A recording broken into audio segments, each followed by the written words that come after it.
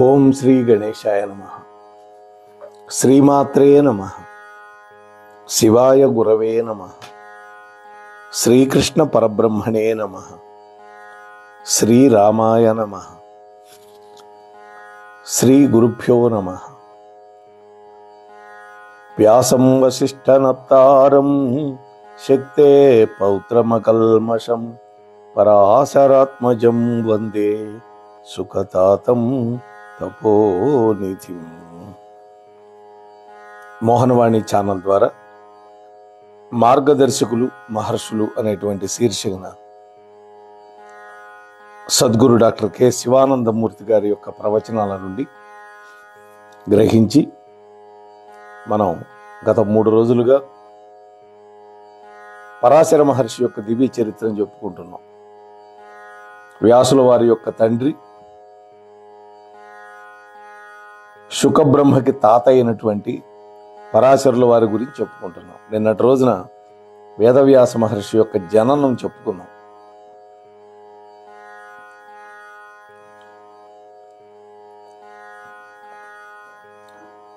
ఆ సందర్భంలో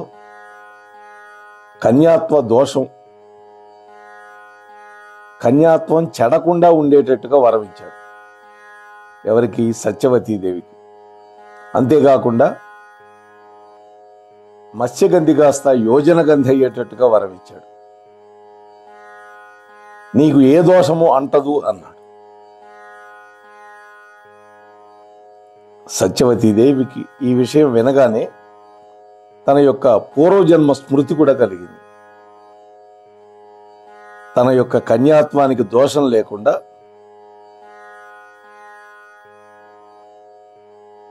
అద్భుతమైనటువంటి శరీరాన్ని ప్రసాదించాడు మహాతపస్సంపన్నుడైనటువంటి పరాశర మహర్షి.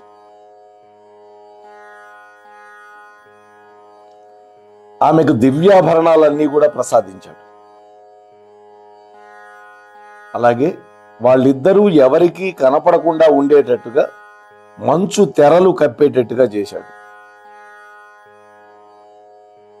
అంటే పరాశర మహర్షి గాని, సత్యవతి గాని, పడవ గాని ఎవరికీ కనపడరు, నదిలోనే ఉంటుంది అది. ఆ విధంగా వాళ్ళ యొక్క సంగమం జగన్మాత యొక్క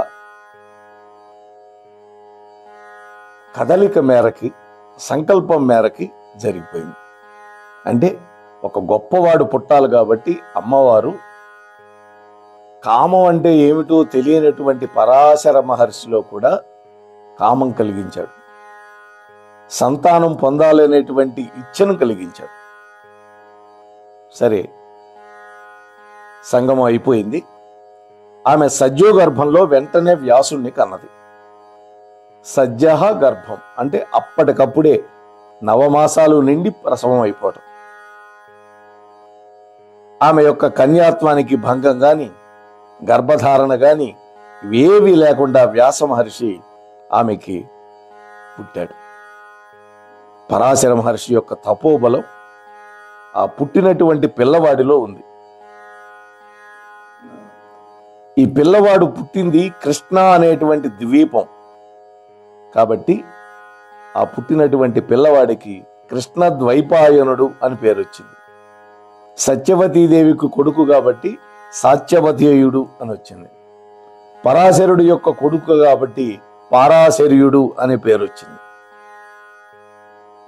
అంతేకాదు, నల్లటి దేహంతో ఉన్నాడు కాబట్టి కృష్ణుడు అనే పేరు కూడా వచ్చింది. చూడండి, అందుకని కృష్ణ ద్వైపాయనుడు అనే పేరు పెట్టారు. పుట్టిన వెంటనే పెద్దవాడైపోయినాడు వ్యాసుల వారు. తల్లిదండ్రులు ఇద్దరికీ నమస్కరించాడు. వెంటనే పరాశరుడు దీవించాడు. నాయనా, నువ్వు లోకోత్తర పురుషుడు అవుతావు అన్నాడు. ఆ తర్వాత పరాశరుడు తన దారిని తాను వెళ్ళిపోయాడు. సజ్జోగర్భంలో పుట్టినా కూడా పుట్టినప్పుడే యువకుడు అయిపోయినాడు కదా వ్యాసుడు. సంపూర్ణమైనటువంటి జ్ఞాన వైరాగ్యాలు కూడా వచ్చేసినాయి. దండక మండలాలు తీసుకొని తల్లికి నమస్కరించి, అమ్మా, నేను తపస్సుకు వెళ్ళిపోతున్నాను. నీవు ఎప్పుడు తలుచుకుంటే అప్పుడు నీ ముందు ప్రత్యక్షం అవుతాను అని వరం ఇచ్చి వెళ్ళిపోయాడు. ఆ విధంగా వ్యాసుడి యొక్క జన్మకి కారకుడయ్యాడు పరాశర మహర్షి. ఆ తరువాత తీర్థయాత్రలకు వెళ్ళినటువంటి పరాశరుడు ఆ తీర్థయాత్రలన్నీ పూర్తి చేసుకొని చివరికి బదరికాశ్రమానికి చేరుకొని అక్కడ ధర్మతత్వాన్ని గురించి అనేక మంది శిష్యులకు బోధిస్తూ అక్కడే చాలా కాలం ఉండిపోయాడు. విదేహ వంశంలో పుట్టినటువంటి మిథిలానగర అధిపతి జనక మహారాజు. అంటే ఈయన సీతమ్మ తండ్రి కాదు, ఆ తర్వాత వచ్చినటువంటి వాళ్ళు అందరూ జనకులే.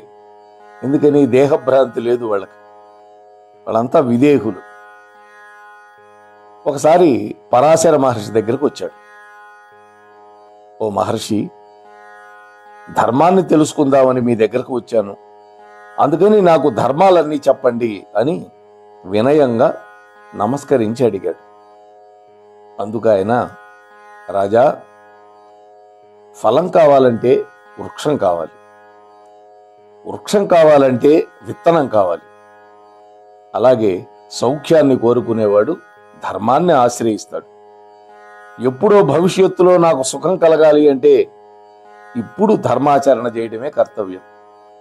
అంటే భవిష్యత్తులో నువ్వు ఒక పండుని తినాలి అనుకుంటే ఇప్పుడు నాటితే కదా మొక్క పెద్దదై నీ కోరికలు సఫలమయ్యేది.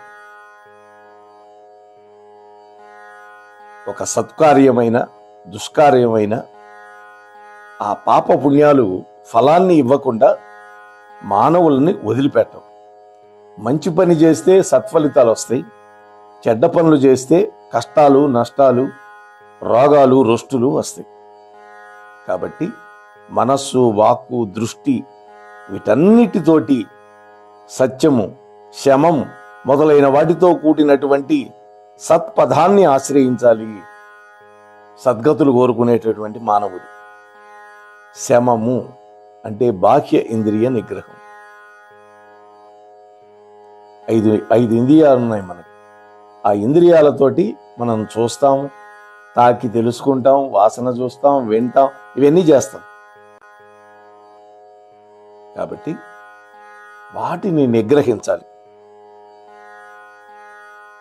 అలాగే సమదర్శి అయి న్యాయంలో, ధర్మంలో ఉండేటటువంటి వాడికి సాక్షాత్తు దేవతలు కూడా వచ్చి నమస్కరిస్తారు. అంతేకాదు రాజా, మానవుడుగా పుట్టినటువంటి వాడు రుణ విముక్తుడు కావాలి. 3 రుణాలు ఉంటాయి. మొట్టమొదటిది, వేదాధ్యయనం చేయటం వల్ల ఋషి రుణాన్ని తీర్చుకోగలుగుతాడు.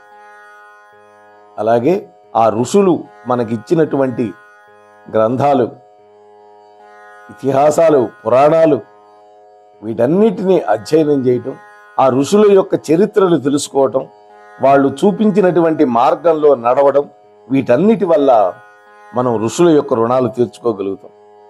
అందుకనే మనం ఋషుల గురించి చెప్పుకుంటున్నాం. యజ్ఞయాగాది క్రతువుల చేత దేవతల యొక్క రుణం తీర్చుకుంటాడు. అతిథి అభ్యాగతుల పూజ చేసి ఆతిథ్యం ఇచ్చి అతిథి యొక్క రుణం తీర్చుకుంటాడు. దాన ధర్మాలు చేసి ప్రజల యొక్క రుణం తీర్చుకుంటాడు. అలాగే తల్లిదండ్రులకి సేవ చేసి పితృణం తీర్చుకుంటాడు. ఈ ప్రకారంగా మనిషి అన్ని రుణాలు తీర్చుకొని పరమ పవిత్రుడవుతాడు. ధర్మ మార్గం అంటే ఇంతే రాజా. ఈ జీవితం అనిత్యమని ఎప్పుడు గుర్తుపెట్టుకోవాలి. ఎందుకని? మనం శరీరం ధరించాం. ఆ శరీరం అనేది శాశ్వతం కాదు. శీర్యతే ఇది శరీర అని ఉత్పత్తి. కాబట్టి శిథిలమైపోయే లక్షణం శరీరానికి ఉంటుంది. ఈ విషయం ఎప్పుడు మనసులో పెట్టుకోవాలి.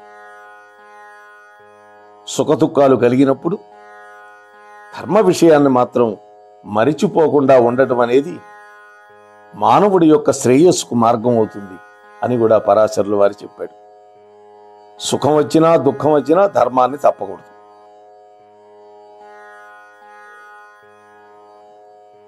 మరొక ప్రశ్న వేశాడు.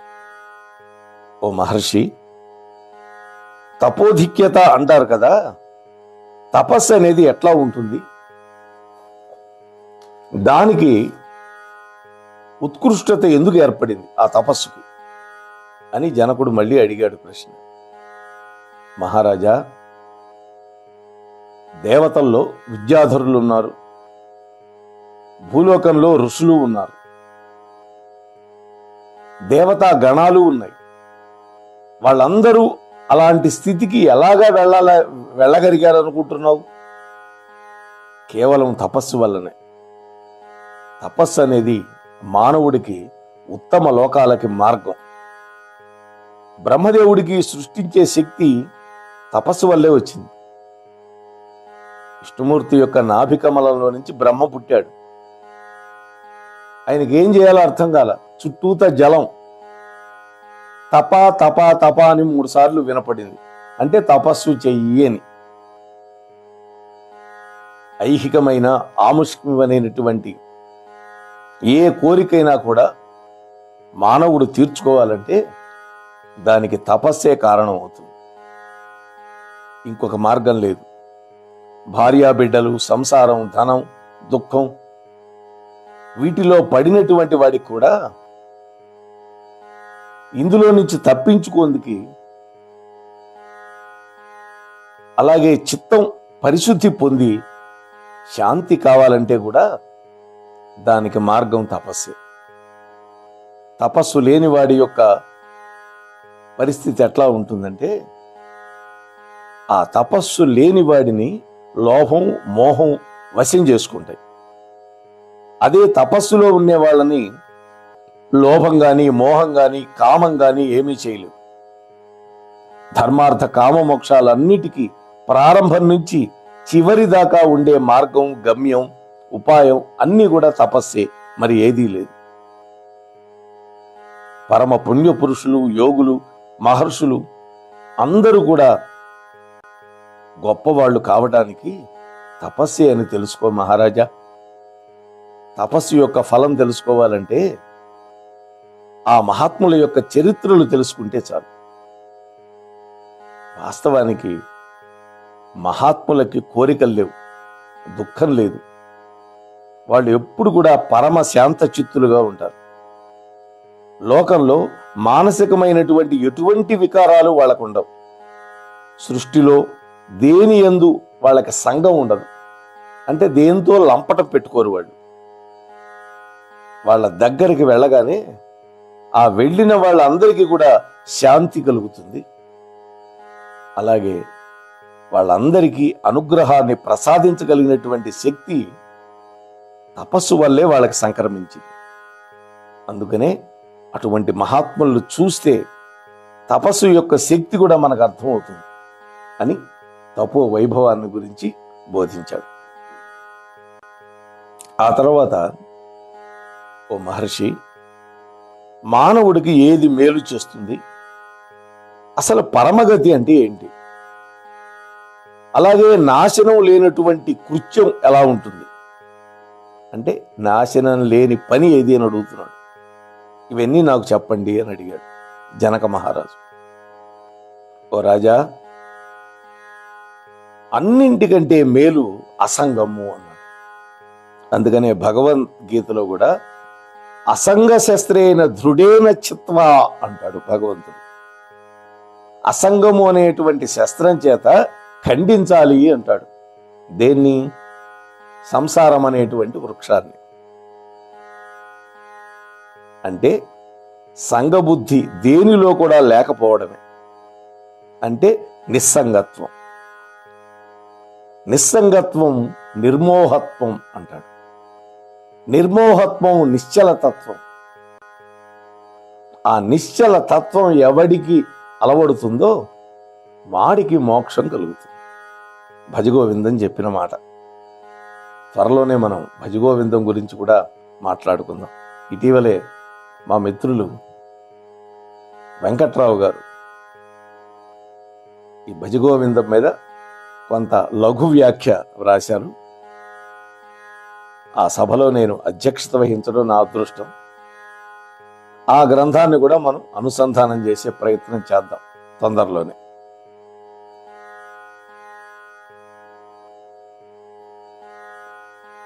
అంటే ఎవరికైనా సరే జ్ఞానమే పరమగతి. జ్ఞానాన్ని మించినటువంటి పరమ గతి ఎవడికి లేదు, ఏదీ లేదు. బ్రహ్మదేవుడు కూడా పూజ్యమైనటువంటి వస్తువు, నమస్కరించబడే వస్తువు ఏది అంటే జ్ఞానం. నాశనం లేని కర్మ ఏమిటి అంటే తపస్సు అని బోధించాడు పరాశరుడు. తపస్సు అనే మాటను నిత్యం వాడుతూ ఉంటాం మనం లోకంలో. శివుణ్ణి గురించి రాక్షసులు తపస్సు చేశారు. మామూలు తపస్సు కాదు, తీక్షణమైన తపస్సు. శరీరాన్ని కష్టపెట్టి ఎముకల గూడుగా మారిపోయేటట్టుగా తపస్సు చేశారు. రావణాసురుడైతే 1000 సంవత్సరాలకు ఒక శిరస్సు చొప్పున ఖండించి హోమగుండంలో బారేశాడు. దానికి పర్యవసానంగా ఆ తపస్సుకి ఈశ్వరుడు ప్రత్యక్షమై వరాలు కోరుకుంటారు. ఆ వరాలు ఎప్పుడైతే కోరుకుంటారో ఆ తపస్సు యొక్క శక్తి నశించిపోతుంది. ఎందుకని? ఆ తపస్సుని స్వార్థం కోసం వాడుకున్నావుగా నువ్వు. లోకోపకారం కోసం వాడితే తపశ్శక్తి నాశనం అయిపోదు. నిరంతరమై ఏ వరము కూడా కోరుకోనటువంటి తపస్సు ఏదైతే ఉందో అది నాశన రహితమైన కర్మ అనబడుతుంది. నాశనంగాని కర్మ ఏది అంటే ఇదే తపస్సే. అంటే ఏ వరం కోరుకోకుండా ఉండాలి, స్వార్థానికి వాడుకోకుండా ఉండాలి. పర్యవసానం లేనటువంటి తపస్సు చిరకాలం చేస్తూనే ఉంటే ఆ తపస్సు నాశనం చెందదు. ఈ విషయం తెలుసుకోవడమే సర్వ వేదసారాన్ని తెలుసుకోవడం అంటే. ఇలా ఈ ప్రకారంగా సర్వ వేదసారాన్ని తెలుసుకున్నటువంటి వాడు తపో యోగాలలో ఉండవచ్చు అని కూడా చెప్పాడు పరాశరుడు. అయితే ఎవడికైతే విషయముల పట్ల ఆసక్తి కలుగుతుందో వెంటనే వాటిలో తాను ఉండిపోతాడు. అంటే విషయములలో తాదాప్యత చెందుతాడు. విషయాలంటే ఏంటి? ఇంద్రియాల చేత అనుభవించేవే విషయాలు. అవే విషయ సుఖాలు అంటాం. అట్లాగే తపస్సు చేసేవాడికి విషయములనేవి యథార్థంగా ఉన్నాయి అనేటువంటి గుర్తింపు కూడా ఉంటుంది, జ్ఞానం కూడా ఉంటుంది. ఇంద్రియాలు ఉన్నాయి, సుఖాలు ఉన్నాయి, దుఃఖాలు ఉన్నాయి, అన్నీ ఉన్నాయి అనే గుర్తింపు కలిగిన వాడు ఎవడైనా సరే తనకు ఉండే ఆ విజ్ఞానం వల్ల తామరాకు మీద నీటి బొట్టులాగా ఉంటే అప్పుడు అతడు దూషితుడు కాడు. తామరాకు మీద నీటి బొట్టు అంటే ఏంటి? తామరాకు మీద నీటి బొట్టు ఉన్న ఆ తామరాకుతోటి సంగం పెట్టుకోదు, దానికి అంటుకోదు, తడి అది. అట్లాంటి విజ్ఞానికి ఈ సంసారం ఎలాంటి దోషం కూడా ఇవ్వదు. ఉదాహరణకి ఒక కమలం ఉంది. ఆ కమలానికి మరొక పేరు పంకజము అని. పంకం అంటే బురద. కానీ పంకజానికి ఆ పేరైతే ఉన్నది, కానీ దానికి ఏ రకమైన బురద అంటి ఉండదు కదా. దాని నాళం, దాని వేరు, దాని మూలం అన్ని బురదలోనే ఉంటాయి. కానీ కమలం మాత్రం నీటికి పైన తేలుతూ ఉంటుంది, నిర్మలంగా ఉంటుంది. నీళ్ల యొక్క పైభాగంలో చక్కగా ఉంటుంది వికసించి. అట్లాగే తన ఉనికి యొక్క మూలం సంసారంలో ఉన్నప్పటికీ కూడా అతడిలో ఉన్నటువంటి జ్ఞానం వల్ల నీటిలో ఉన్న పరిశుద్ధమైనటువంటి కమలంలాగా మానవుడు కూడా పరిశుద్ధుడిగా ఉంటాడు. ఏడి తాను సంసారంలో ఉన్నా కూడా, అంటే గృహస్థుగా ఉండాలి తప్ప గృహవ్రతుడైపోకూడదు అని ప్రహ్లాదుడు కూడా చెబుతాడు. గృహవ్రతుడు అంటే ఏంటి? ఇల్లే వైకుంఠం అనుకునేవాడు. గృహస్థు అంటే ఏంటి? ఇంటికి వచ్చిన అతిథి అభ్యాగతులను పోషించటం, వాళ్ళని ఆదరించటం, గురువులను పూజించటం, భార్యాబిడ్డలను కూడా చక్కగా చూసుకోవటం, ఇవన్నీ గృహస్థు యొక్క ధర్మాలు. సంసారం అనేది అనాది అయింది. జీవుడికి సంసారంతో సంబంధం కూడా అనాది నుంచి ఉంది, అప్పటి నుంచి ఉంది. దాన్ని తెంచుకోవటం సాధ్యం కాదు. అయితే అదే కర్తవ్యం. ఆహారం తింటాం, సుఖపడతాం, నిద్రపోతాం, పిల్లల్ని కంటాం, ఇంతే తప్ప నాకు ఇంతకు మించి ఏమీ లేదు అనుకునేవాడు మాత్రం శీఘ్రంగా నశించిపోతాడు. వాడే గృహవృతుడు. మనిషి పొందే దుఃఖాలు కూడా చాలా ఉంటాయి. సుఖం అల్పంగా ఉంటుంది. ఎప్పుడో ఒక గడియ మాత్రమే ఉండి పోయేటటువంటి సుఖ దుఃఖాలు యథార్థమని ఎవడు నమ్ముతాడో, అవి యథార్థమని ఎవడు భావిస్తాడో వాళ్ళు శాశ్వతంగా ఆ సుఖ దుఃఖాల యొక్క వలయంలోనే ఉండిపోతారు. అదే సత్యం అనుకుంటూ అందులోనే ఉంటారు, అందులో కొట్టుమిట్లాడుతుంటారు. అది గనక అసత్యం అనుకున్నాడా అప్పుడే అందులో నుంచి బయటపడిపోతాడు. అంటే సుఖ దుఃఖాల పట్ల సత్యత్వ బుద్ధి, నిత్యత్వ బుద్ధి ఎవడిలో ఉంటాయో వాడికి నిత్యము సుఖ దుఃఖాలు ఉంటూనే ఉంటాయి, కానీ అవి అనిత్యమని తెలుసుకుంటాడు. ఎందుకంటే నా ఉనికే అనిత్యమైతే నాకుండే సుఖ దుఃఖాలు నిత్యం ఎలా అవుతాయి? నేనే అనిత్యం కదా అనేటువంటి గొప్ప వివేకం అనేది మానవుడికి కలగాలి. మరి ఇంకా జనక మహారాజుకి, పరాశర మహర్షికి బదరికావనంలో ఎలాంటి చర్చ జరిగింది అనేటువంటి విషయాన్ని రేపటి రోజు కలుసుకొని మిగిలిన విషయాలు నా రాముడి యొక్క అనుగ్రహంతో చెప్పుకునే ప్రయత్నం చేద్దాం. అంతవరకు ఈ ఛానల్లో వచ్చే వీడియోలన్నీ చూస్తూ ఉండండి, మీ కామెంట్స్ పెట్టండి, నచ్చితే లైక్ చేయండి, మీ బంధుమిత్రులకు కూడా షేర్ చేయండి. ఎక్కువ మందికి అందేటట్టుగా చూడాలి ప్రతి ఒక్క వ్యక్తి అని మిమ్మల్ని సవినయంగా మనవి చేసుకుంటూ ముగిస్తున్నాను. స్వస్తి. మోహన్వాణి తెలుగు పోడ్కాస్ట్ వింటున్న శ్రోతలందరికీ హృదయపూర్వక ధన్యవాదాలు. వినండి, వినిపించండి, వింటూనే ఉండండి మోహన్వాణి తెలుగు పోడ్కాస్ట్. మీరు వింటున్నారు మోహన్వాణి.